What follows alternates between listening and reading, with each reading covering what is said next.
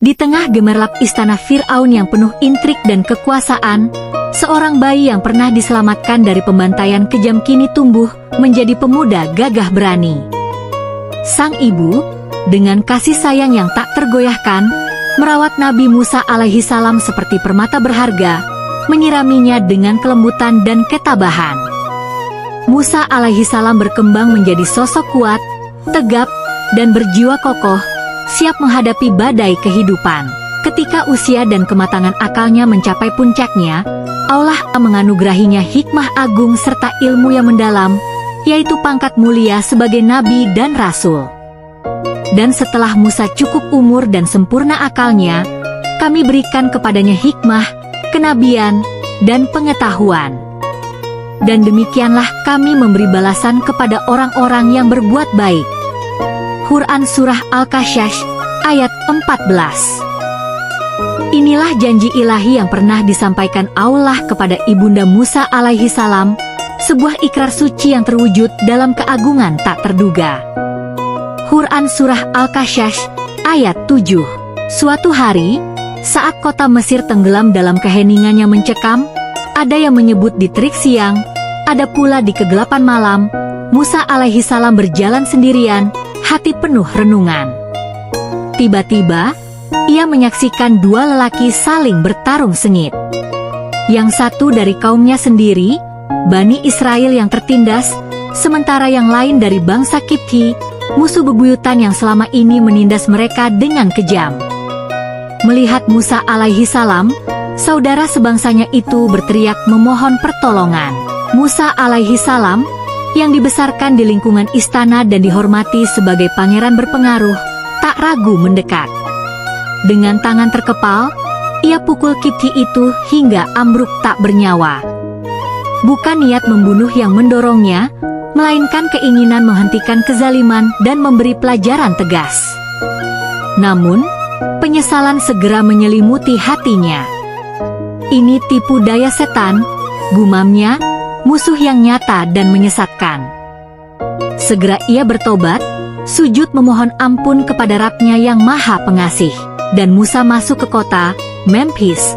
Ketika penduduknya sedang lengah, maka didapatinya di dalam kota itu dua orang laki-laki yang berkelahi, yang seorang dari golongannya, Bani Israel, dan seorang lagi dari musuhnya, kaum Fir'aun. Maka orang yang dari golongannya meminta pertolongan kepadanya untuk mengalahkan orang yang dari musuhnya, lalu Musa meninjunya, dan matilah musuhnya itu. Musa berkata, "Ini adalah perbuatan setan, sungguh setan itu adalah musuh yang menyesatkan lagi nyata permusuhannya." Musa mendoa, "Ya Tuhanku, sesungguhnya aku telah menganiaya diriku sendiri, karena itu ampunilah aku." Maka Allah mengampuninya, sesungguhnya Allah dialah yang Maha Pengampun lagi Maha Penyayang. Quran Surah Al-Qasas, ayat 15-16. Kecemasan pun menyelimuti Musa alaihi salam seperti bayang-bayang gelap. Ia membayangkan kemarahan Fir'aun yang membara, hukuman maut jika rahasia ini terbongkar, karena ia membela Bani Israel melawan Kipti. Beberapa hari berselang, di pagi yang cerah namun penuh kegelisahan, Musa alaihi salam berjalan sambil melirik kanan-kiri, hati berdegup was-was. Tiba-tiba, lelaki yang sama dari kemarin datang lagi, memohon bantuan karena bertikai dengan Kipti lain. Musa alaihi salam menegurnya keras, "Kau benar-benar penutup jalan yang nyata." Karena itu, jadilah Musa di kota itu merasa takut menunggu-nunggu dengan khawatir akibat perbuatannya. Maka tiba-tiba orang yang meminta pertolongan kemarin berteriak meminta pertolongan kepadanya. Musa berkata kepadanya, "Sesungguhnya kamu benar-benar orang sesat yang nyata kesesatannya." Quran Surah Al-Qasas, ayat 18. Meski begitu, naluri membela kaum tertindas mendorongnya maju. Saat hendak memukul Kipti itu, lawannya berteriak ketakutan, "Hai Musa, apakah kau hendak membunuhku seperti kau bunuh seorang kemarin?" Quran Surah Al-Qasas, ayat 19. Kata-kata itu lahir dari prasangka dan ketakutan semata, atau mungkin dari bisikan saudara Bani Israel saat meminta tolong. Wallahu alam. Akhirnya, berita pembunuhan itu menyebar seperti api di rumput kering, sampai ke telinga Fir'aun. Raja zalim itu segera mengerahkan pasukan untuk menangkap Musa alaihi salam. Tiba-tiba, seorang lelaki saleh dari ujung kota berlari tergopoh-gopoh. "Hai Musa, para pembesar sedang berunding untuk membunuhmu. Keluarlah segera, aku ini penasihat setiamu." Dan datanglah seorang laki-laki dari ujung kota bergegas-gegas seraya berkata, "Hai Musa, sesungguhnya pembesar negeri sedang berunding tentang kamu untuk membunuhmu. Sebab itu keluarlah dari kota ini, sesungguhnya aku termasuk orang-orang yang memberi nasihat kepadamu." Quran Surah Al-Qasas, ayat 20.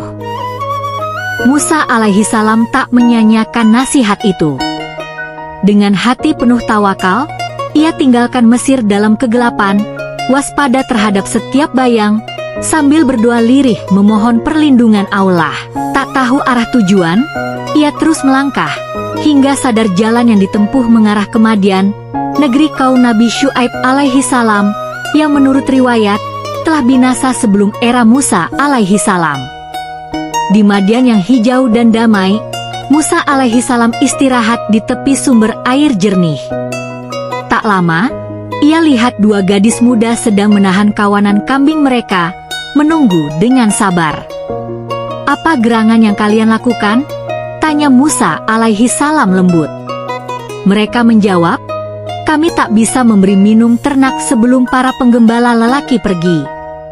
Ayah kami sudah tua renta." Dan tatkala ia sampai di sumber air negeri Madian, ia menjumpai di sana sekumpulan orang yang sedang meminumkan ternaknya, dan ia menjumpai di belakang orang banyak itu, dua orang wanita yang sedang menghambat ternaknya. Musa berkata, "Apakah maksudmu dengan berbuat begitu?" Kedua wanita itu menjawab, "Kami tidak dapat meminumkan ternak kami sebelum pengembala-pengembala itu memulangkan ternaknya, sedang bapak kami adalah orang tua yang telah lanjut umurnya." Quran Surah Al-Qasas, ayat 23. Menurut ahli tafsir, para penggembala menutup mata air dengan batu raksasa setelah mengambil air, lalu pergi. Kedua gadis itu biasanya memanfaatkan sisa air. Hari itu, Musa alaihi salam angkat batu berat itu dengan mudah, ambilkan air segar untuk kambing mereka, lalu kembalikan batu ke tempatnya. Usai membantu, Musa alaihi salam duduk di bawah pohon rindang, lapar dan lelah setelah perjalanan panjang tanpa bekal. "Ya Tuhanku, aku sungguh memerlukan kebaikan yang Engkau turunkan kepadaku," doanya tulus. "Ya Tuhanku, sesungguhnya aku sangat memerlukan sesuatu kebaikan yang Engkau turunkan kepadaku." Quran Surah Al-Qasas, ayat 24. Doa itu didengar kedua gadis. Mereka pulang lebih cepat, ceritakan pada ayahanda. Sang ayah, heran namun gembira, suruh salah satu putrinya undang Musa alaihi salam. Dengan langkah malu-malu, gadis itu datang. "Ayahku memanggilmu untuk membalas kebaikanmu memberi minum ternak kami." Kemudian salah seorang dari kedua wanita itu datang berjalan malu-malu kepada Musa. Ia berkata, "Sesungguhnya bapakku memanggil kamu agar ia memberikan balasan terhadap kebaikan, memberi minum ternak kami." Quran Surah Al-Qasas, ayat 25. Musa alaihi salam ikuti gadis itu. Awalnya ia di depan, tapi karena wara, kehati-hatian, Musa alaihi salam minta gadis berjalan di belakang. Jika salah jalan, lempar batu sebagai isyarat. Di hadapan ayahanda, yang menurut pendapat masyhur adalah Nabi Syuaib alaihi salam yang panjang umur, meski ada riwayat lain menyebutnya Syuaib biasa, keponakan atau mukmin dari kaumnya, Musa alaihi salam ceritakan kisah pelariannya dari Fir'aun. "Jangan takut," kata sang ayah bijak, "kau telah selamat dari kaum zalim." Salah satu putri lalu berkata, "Wahai ayah, pekerjakanlah dia.